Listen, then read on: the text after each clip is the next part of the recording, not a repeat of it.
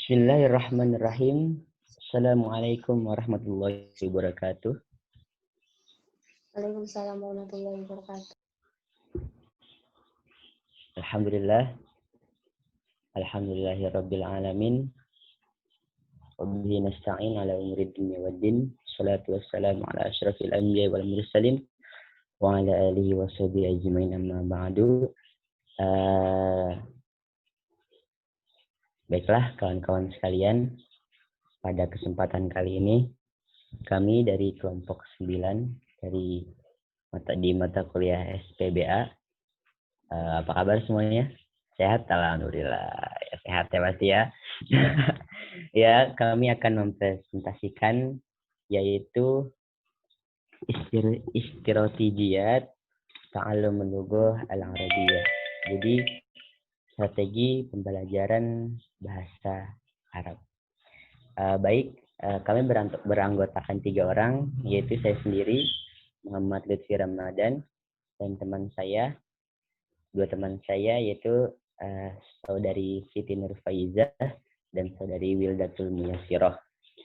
Oke, baik, langsung saja kita mulai presentasi pada kesempatan kali ini, yaitu pemateri pertama itu saya sendiri yang akan membawakan pembahasan pertama kita, yaitu pengertian strategi pembelajaran bahasa Arab.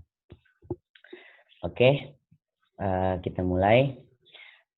Menurut Kamus Umum Bahasa Indonesia, yaitu strategi bermakna sebagai rencana yang cermat mengenai kegiatan untuk mencapai sasaran khusus.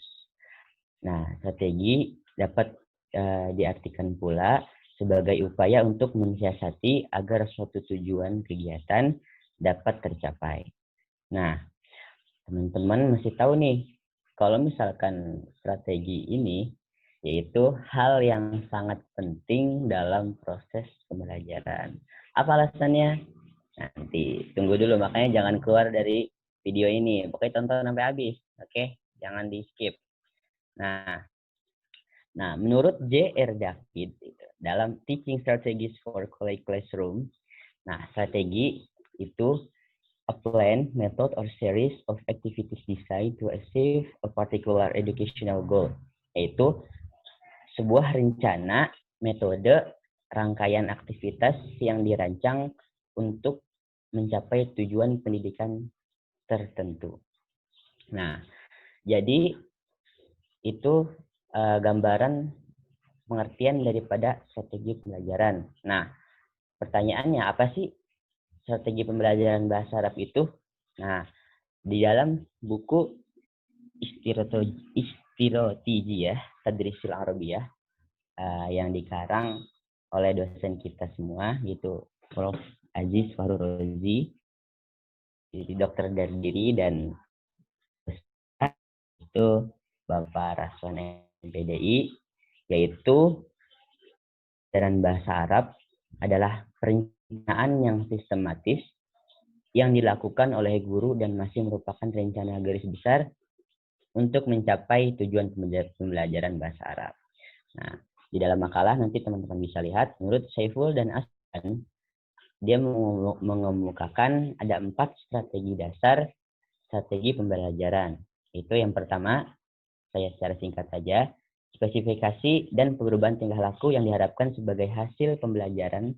Sasaran atau tujuan pembelajaran tersebut harus jelas dan terarah dengan cara perumusannya dilakukan dengan jelas dan itu harus memiliki pendekatan pembelajaran yang efektif.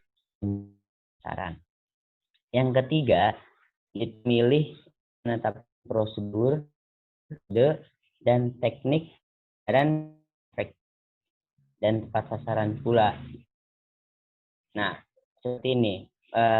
Dalam bahasa Arab, tujuan pembelajaran untuk bisa berbicara bahasa Arab itu berbeda. Misalkan ada seorang TKI yang ingin bekerja di Saudi Arabia. Nah, tentu tujuan belajar bahasa Arab dia itu sangat berbeda dengan seorang yang ingin menjadi seorang diplomat di negara-negara Arab. Contohnya di sini yaitu di Saudi Arabia. Maka dari metode teknik pembelajaran, tujuan pembelajaran pun dari keduanya ini itu sangat-sangat berbeda. Nah, yang keempat yaitu menetapkan norma atau kinerja atau indikator keberhasilan pembelajaran agar bisa menjadi standar keberhasilan guru dalam melakukan kegiatan pembelajaran. Nah, itu pembahasan di bagian pertama, yaitu pengertian strategi pembelajaran bahasa Arab. Nah, jadi teman-teman udah bisa tahu apa sih strategi itu, apa sih strategi pembelajaran bahasa Arab itu apa sih gitu. Nah, sesuai tadi yang saya jelaskan. Oke, mungkin cukup sekian pembahasan pertama. Sekarang kedua nih, tak dulu, belum selesai. Sabar. Nih, pembahasan yang kedua yaitu pentingnya strategi pembelajaran bahasa Arab. Sebagai mahasiswa yang aktif belajar bahasa Arab dan juga kita ini sebagai calon pendidik, calon pengajar ataupun guru dari bahasa Arab, tentu harus mengetahui seberapa pentingnya gitu kan. Nah, tentu dalam strategi pembelajaran bahasa Arab ini kita sangat penting untuk mengetahuinya, sebab ketika seorang guru ingin mencapai suatu tujuan pembelajaran yang baik dan juga efisien, tepat sasaran tentunya, maka ia harus memiliki strategi yang baik pula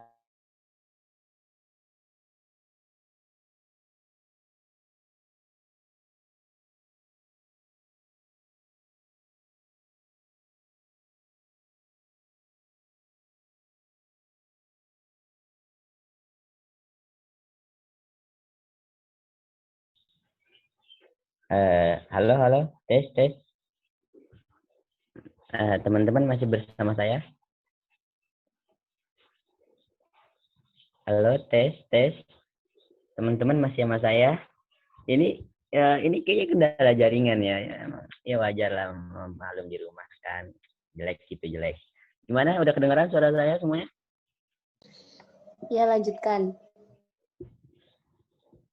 Kedengaran? Ya ampun, gak ada suaranya ini. Halo. Tes. 1, 2, 3. Udah kedengar, Pi. Ada suaranya? Ada, oke. Ya tadi kendala teknis ya kawan-kawan pokoknya. Ya begitu dah pokoknya, ntar diedit aja diedit.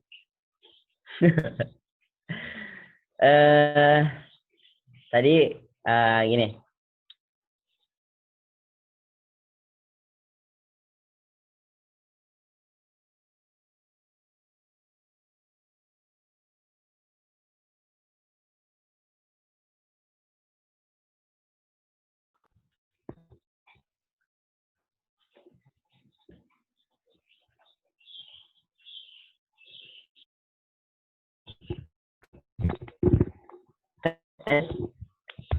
Tes, udah masuk lagi?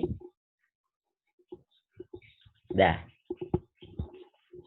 Oke, kita lanjut. Tadi ada iklan sebentar.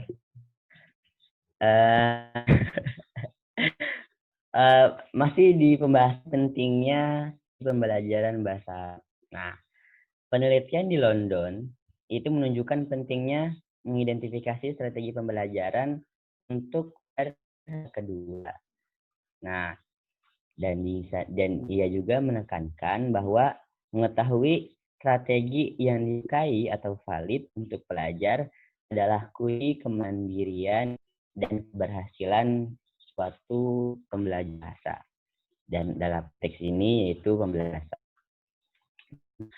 Kebanyakan metode yang digunakan dalam pembelajaran bahasa itu metode tradisional. Kita sebagai calon pendidik di masa yang modern kan. Yang modern ini kita jangan pakai metode yang kuno lagi gitu. Karena ada banyak metode yang lebih efisien, lebih efektif agar mencapai sasaran yang juga pas. Nah, menurut Dr. Mahmud Al-Sayyid, nah, beliau ini berkata di dalam kitab Istirotijiyat An-Najah fi Ta'allum Lughah As-Saniyah, itu kitabnya. Kata beliau, metode tradisional ini yaitu mencerminkan sifat kompulsif dan juga tidak bagus untuk dia. Apa aja menurut beliau toh dari ini praktik metode yang tradisional ini? Itu pertanyaan pertama, mempelajari dan belajar murid. Yang kedua, guru bersegala sesuatu dan murid tidak tahu apa. Yang ketiga, guru berpikir sementara murid memikirkannya. Yang keempat, guru berbicara dengan patuh. Yang kelima, guru mengatur dan siswa harus mematuhi perintah.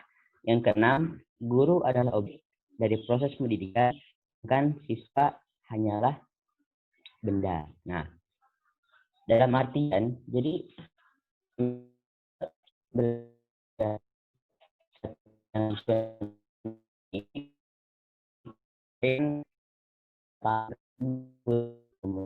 oleh dokter dalam analisis itu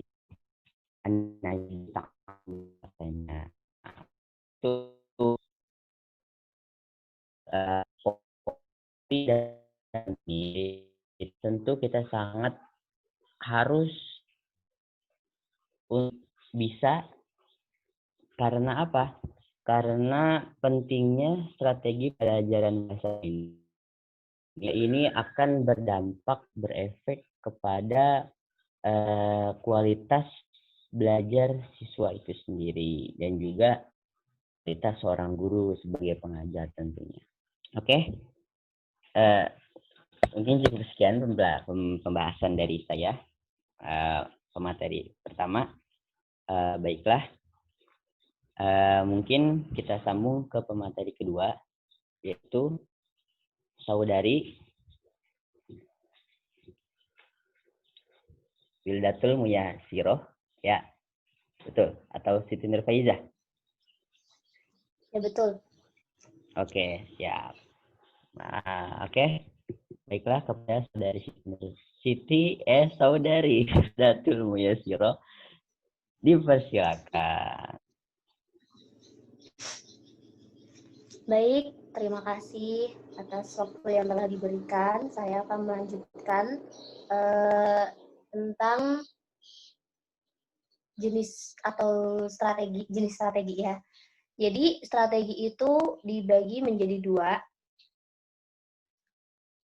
makalah ini, yaitu ada strategi langsung dan strategi tidak langsung. Nah, di sini saya akan menjelaskan strategi langsungnya dulu.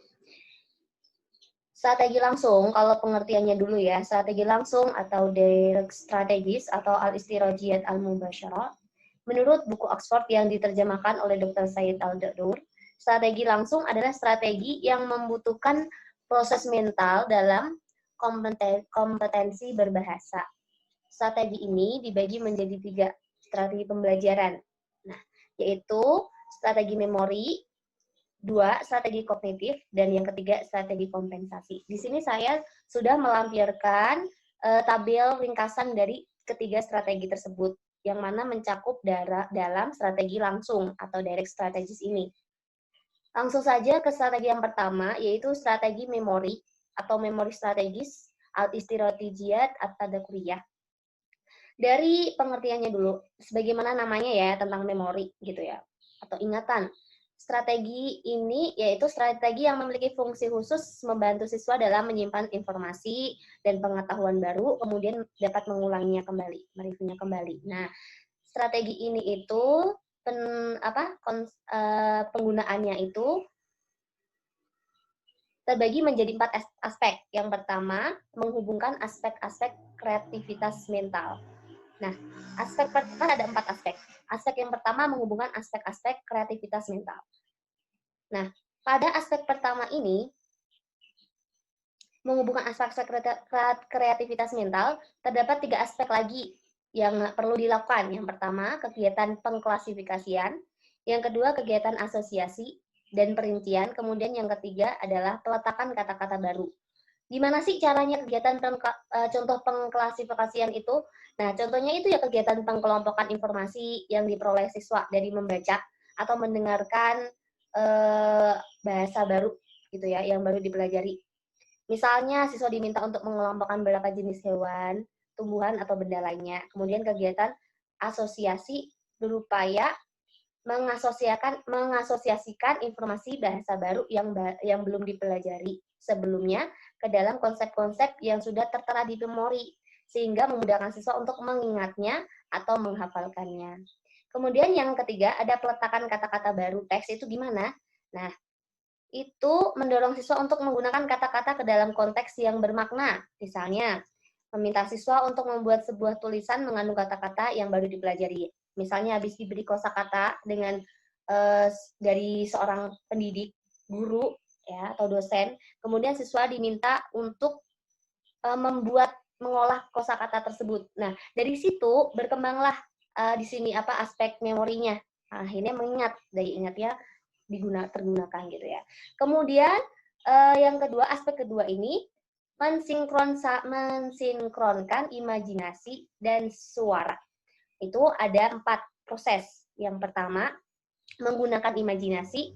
Yang kedua, memetakan makna. Yang ketiga, menggunakan kata kunci. Dan yang keempat, representasi suara ke memori.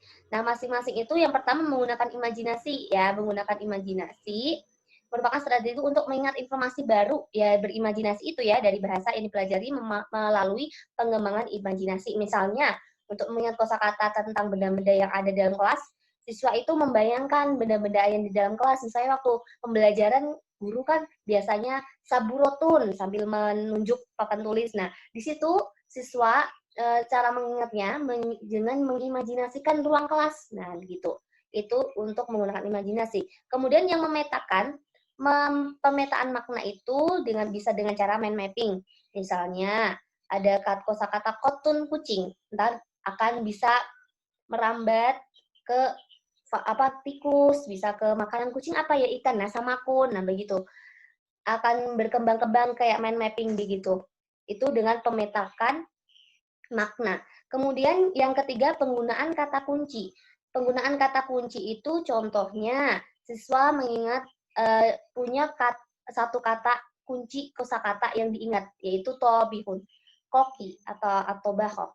Nah, di situ kemudian siswa akhirnya mengingat kata-kata biasanya berhubungan dengan koki, juru masak itu masakan apa aja, misalnya ada asyai, nah di situ ada teh, kemudian ada hubzun, ada arus, nah dan lain sebagainya.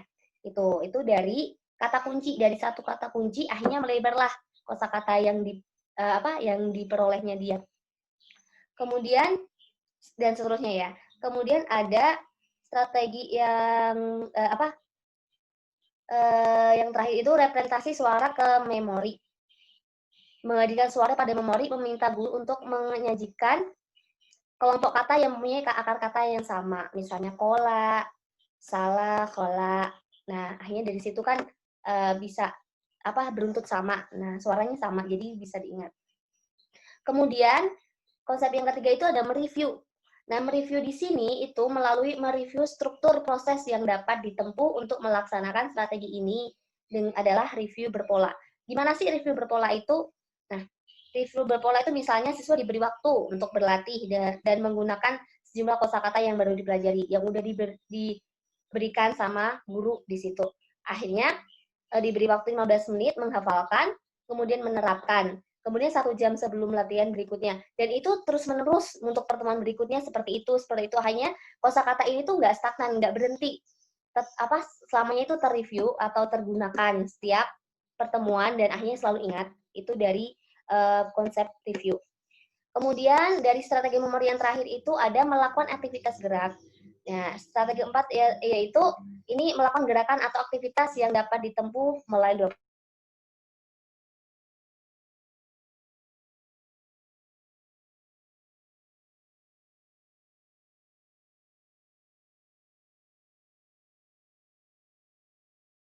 dengan melakukan jawaban misalnya siap dan dengan mempraktekkan gaya siap itu bagaimana begitu kan.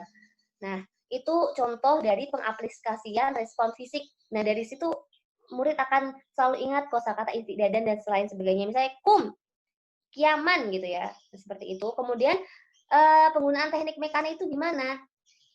Itu dipelajari sebelumnya misalnya dengan menggunakan flashcard yang berisi kosakata atau ungkapan yang dipelajari dan di permukaan lainnya berisi definisi atau makna atau bisa berupa gambar yang mempunyai makna dengan ungkapan yang ada pada sisi sebelahnya. Jadi kayak kertas sebelahnya itu gambar, sebelahnya makna seperti itu.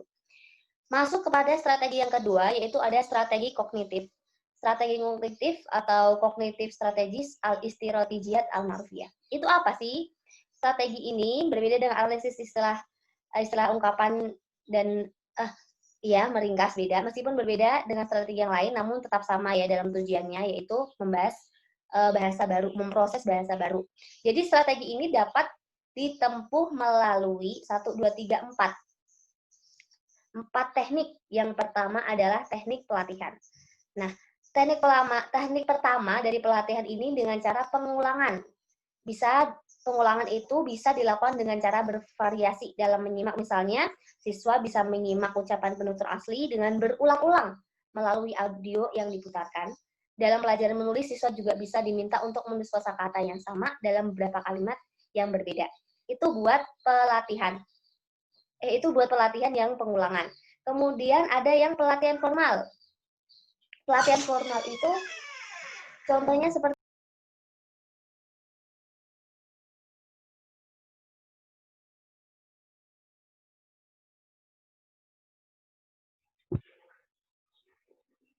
lanjut. Takbir. Kemudian pelatihan formal terhadap suara dan sistem tulisan itu misalnya siswa diminta untuk menandai kata-kata yang disimak dari serangkaian kata-kata yang ada dalam buku latihan yang mengandung huruf atau sukata yang sama. Nah, itu diberi tanda agar ingatkan. Kemudian pengenalan dan penggunaan rumus dan contoh. Itu misalnya siswa diminta untuk mempelajari ungkapan-ungkapan salam. Misalnya sobaul khair, selamat pagi, masaul khair, selamat sore, ada naharukas sa'idah, kemudian ada lailatul sa'idah gitu kan. Itu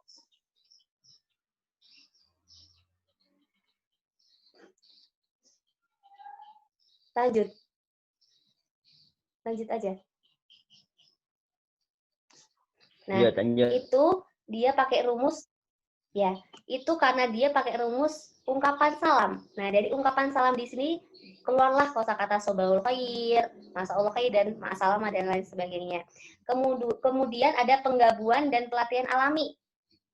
Itu misalnya siswa diminta untuk menggabungkan beberapa kalimat berikut menjadi satu kalimat. Misalnya ada kata ja'a, ada kata Muhammad, ada kata Zaidun. Nah, tinggal dikasih ja'a Zaidun wa Muhammad begitu. Jadi itu cara pelatihan, teknik pelatihan. Kemudian teknik kedua adalah proses menerima dan mengirim pesan. Itu dapat dilakukan dengan 2 cara.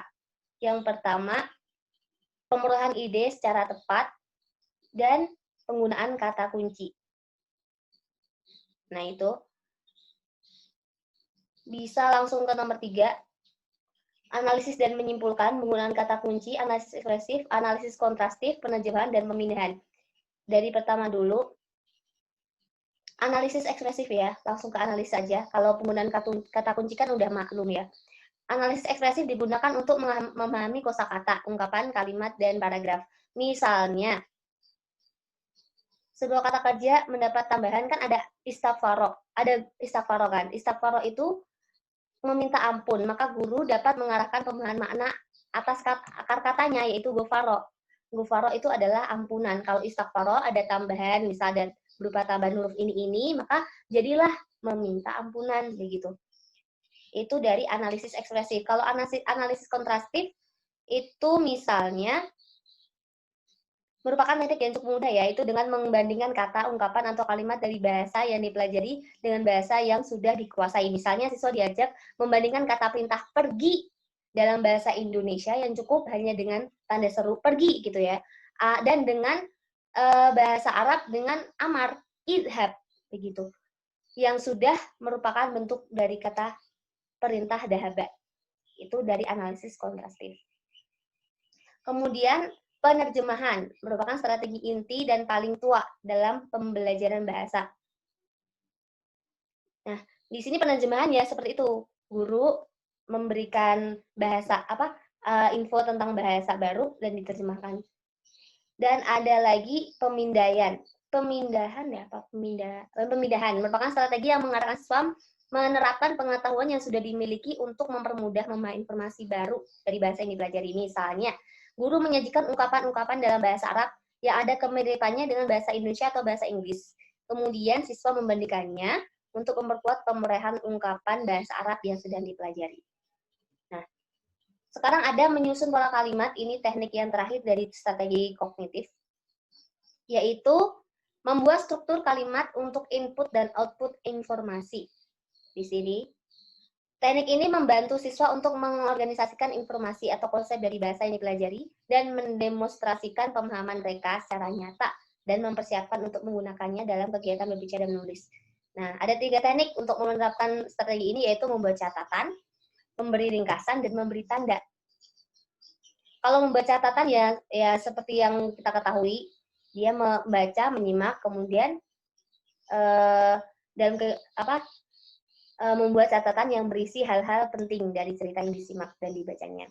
Kalau yang memberi ringkasan, membuat ringkasan, dia itu melakukan dengan cara menulis ringkasan dari apa yang dibaca atau disimak. Misalnya, untuk membuat ringkasan dari sebuah teks atau bacaan yang ada di buku paket.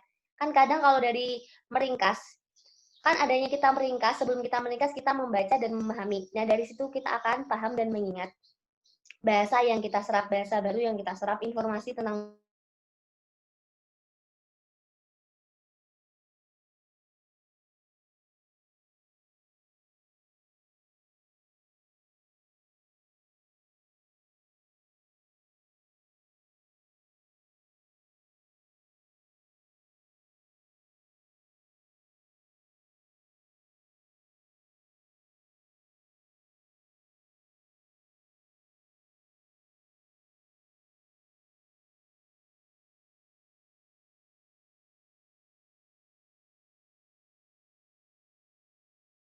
data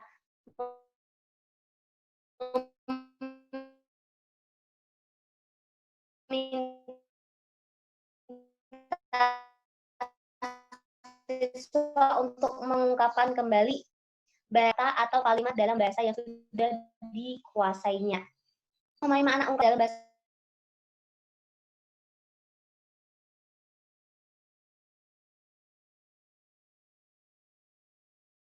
itu dengan cara memilih diam jika tidak dapat melanjutkan pembicaraan tentang topik tertentu, atau siswa meminta pengajar untuk mengulang kata, kalimat, atau wacana yang disimak gitu ya. Ini kan dia pencarian solusi. Jadi kalau dia tidak paham atau tidak apa, bisa dengan cara ini, diam atau meminta untuk dijelaskan kembali. Kemudian yang ketiga, menggunakan mimik atau penanda. Ini misalnya dalam kegiatan membaca, siswa dapat memahami bacaan dengan bantuan tanda-tanda baca atau kata-kata khusus yang mempunyai makna dan fungsi khusus. Dan kemudian ada yang menghindari sebagian kalimat atau keseruan dalam komunikasi. Yang kelima, memilih topik. Teknik ini memberi kesempatan kepada siswa untuk memilih topik yang sesuai dengan minat dan kemampuannya. Karena di sini kan keterbatasan ya, jadi sesuai yang minatnya dia aja gitu ya, kemampuannya dia seberapa, nah itu aja disesuaikan. Kemudian memperkirakan makna. Teknik ini memberi kesempatan pelajar untuk mengira-ngira pemahaman pesan dari kata, kalimat, atau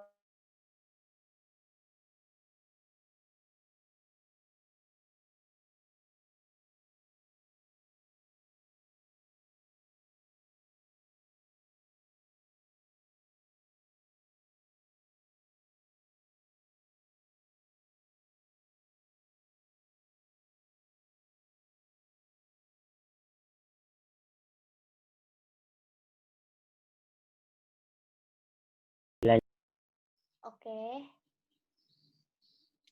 Baik, melanjutkan. Tadi sedikit ada kendala. Ini kita melanjutkan dari sisa-sisa poin dari strategi kompensasi, teknik pencarian solusi terhadap keterbatasan.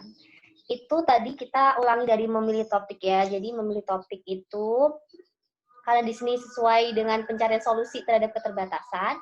Jadi yang dimaksud dengan memilih topik di sini itu sebentar. Memilih topik. Teknik ini memberi kesempatan kepada siswa untuk memilih topik yang sesuai dengan minat dan kemampuannya tadi kan. Kemudian lanjut ke selanjutnya itu memperkirakan makna. Di sini teknik ini memberi kesempatan pelajar untuk mengira-ngira pemahaman pesan dari kata, kalimat atau wacana yang disimak atau dibaca. Begitu. Jadi kayak habis ada diberikan informasi berupa bahasa baru itu dalam bentuk bacaan. Kira-kira ada nggak sih kata-kata yang dikira-kira artinya tuh bisa gitu ya. Kemudian ada yang ketujuh, mendefinisikan kata. Teknik ini mengarahkan siswa untuk membuat parafrase atau pendefinisian makna kata yang tidak bisa dipahami secara langsung. Dan yang kedelapan atau yang terakhir ya, mencari persamaan atau perbedaan. Teknik ini mengarahkan siswa untuk mencari persamaan atau perbedaan dari kata atau kalimat yang dipelajari dengan kata atau kalimat yang sudah dipahami dari bahasa yang sudah dikuasai. Nah, itu sekian dari ketiga strategi, yaitu strategi memori, kognitif, kompensasi yang termuat dalam strategi langsung. Sebelumnya saya mau konfirmasi bahwa tadi ada kesalahan ya. Dalam strategi kognitif, dari proses penerimaan data dan mengirim pesan itu ada dua cara, yaitu pemeran ide secara cepat dan penggunaan kata kunci, sedangkan analisis dan menyimpulkan di tabel saya itu penggunaan kata kunci salah, yaitu yang benar adalah analisis deduktif. Nah, itu tadi kayak tipe aja salah pengkopian. Cukup sekian, mungkin itu penjelasan ringkas dari strategi langsung beserta turunannya dan pengaplikasiannya. Selanjutnya yaitu strategi tidak langsung yang akan disampaikan oleh Saudari Siti Nurfaizah, silakan. Ya, lanjut ke pembahasan selanjutnya, strategi tidak langsung. Kepada Saudari Siti Nurfaizah, disilakan.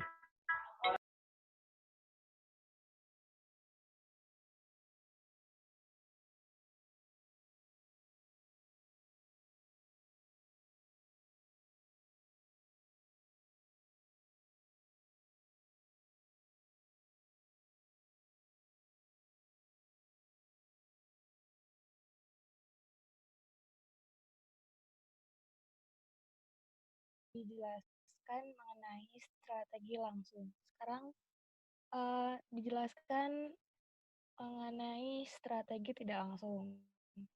Di sini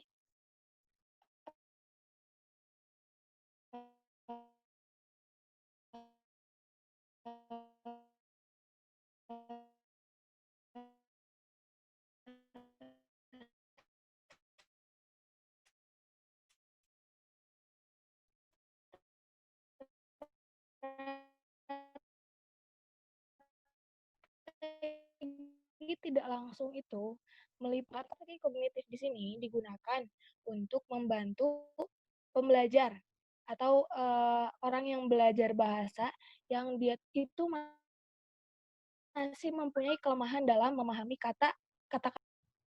Oke, dilanjut.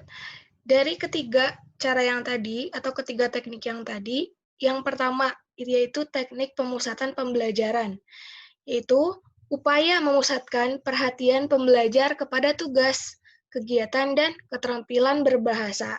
Nah, di sini ada tiga cara yang bisa dilakukan untuk memenuhi teknik ini, yaitu mengarahkan siswa tersebut kepada pengulangan materi yang sudah dipahami sebelumnya. Di sini itu bisa dilakukan dengan bisa dibuat games untuk lebih menarik dan lain sebagainya. Kemudian yang kedua, ada pembagian perhatian, yaitu di sini melalui memahami informasi umum melalui atensi atau perhatian khusus pada detail atau pada situasi yang melatar belakangi terjadinya suatu wacana.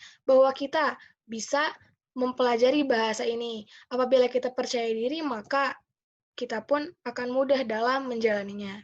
Kemudian, menghukum diri sendiri jika melakukan kesalahan dalam kegiatan berbahasa. Ini tuh maksudnya menghukum diri sendiri harus dengan yang baik. Misalnya kita harus berprinsip kepada diri kita sendiri. Kalau misalnya kita melakukan kesalahan, kita harus misal dalam sehari itu menghafal beberapa mufrodat atau seperti apa. Nah, itu lebih ke diri sendiri. Kemudian yang ketiga ada mengapresiasi atau dengan memberi hadiah kepada diri sendiri. Nah, seperti itu. Jadi itu lebih kepada diri kita sendiri, pengendalian diri agar kita mudah dalam menjalani pembelajaran bahasa. Kemudian yang ketiga, dari strategi tidak langsung ini, ada strategi sosial. Nah, di sini tuh dimaksudkan kepada, karena bahasa itu bahasa sebagai bentuk tingkah laku sosial. Setiap hari kita berbicara menggunakan bahasa. Nah, bahasa itu sebagai alat komunikasi. Di sini ada 3 perangkat teknik untuk strategi sosial ini. Yang pertama, bertanya, kedua, bekerja sama, ketiga, mengambil perhatian. Nah, di sini teknik bertanya. Teknik bertanya di sini mencakup 2 kegiatan, yaitu bertanya untuk klarifikasi dan bertanya untuk mengoreksi. Kegiatan bertanya untuk klarifikasi meminta guru atau narasumber tersebut mengulang materi yang mengulang, memparafrase, menjelaskan, atau memberi contoh dengan tujuan agar pembelajar dapat memperbaiki kesalahan berbahasanya. Sedangkan kegiatan bertanya untuk mengkoreksi dilakukan dengan cara meminta guru atau siswa lain untuk mengoreksi kegiatan berbahasa yang dilakukan, misalnya dengan bercerita, pidato, menulis cerita, membaca, dan sebagainya. Nah, di situ nanti murid yang telah, misal murid ada contoh, murid itu sedang melakukan pidato. Nah, murid itu meminta kepada gurunya atau guru mengoreksi kesalahan apa yang terdapat, kesalahan berbahasa apa yang terdapat pada siswa tersebut. Itu ya. Kemudian di sini ada teknik bekerja sama. Teknik bekerja sama ini dapat ditempuh dengan 2 cara. Yang pertama, ditempuh dengan kerjasama dengan teman sebaya untuk mengobrol kegiatan berbahasa dan kompetensi berbahasa. Ini bisa dilakukan dengan cara bermuhadasah tadi. Atau yang kedua, ini kerjasama dengan ahli, baik guru atau teman untuk mendapatkan kegiatan pembelajaran yang khusus. Atau untuk yang kerjasama yang kedua ini bisa dilakukan dengan native speaker asli. Karena kalau misalkan kita hanya berbicara dengan guru atau teman, itu mungkin sensasinya kurang ya. Tapi kalau misalkan kita berbicara dengan yang native asli atau orang Arab asli, itu akan mendapat pengalaman yang khusus atau pengalaman yang lebih. Kemudian ada teknik mengambil perhatian dapat ditempuh. Ada cara-caranya nih, ada 2. Yang pertama, memahami perkembangan budaya, kebiasaan, atau adat istiadat, yaitu kegiatan untuk mendapat empati siswa dengan mempelajari dan menguasai budayanya. Nah, selain kita berbicara atau kita mempelajari bahasa itu tersendiri, nah kita juga harus menguasai budayanya agar semakin melekat. Kemudian, yang kedua, mengobservasi pikiran, perasaan, tingkah laku orang lain berupa ekspresi yang dilakukan atau bertanya tentang pikiran dan perasaan orang lain tentang pembelajaran yang dilakukan. Jadi, misal, seorang guru itu harus memiliki kedekatan emosional dengan anaknya. Nah, dari situ guru harus mengetahui atau perasaan si anak itu tersendiri melalui dari tingkah lakunya, ekspresi yang dia keluarkan ketika mendapat masalah misalnya. Nah, dapat dilakukan dengan cara itu. Mungkin itu dari penjelasan mengenai strategi tidak langsung. Silakan kepada moderator.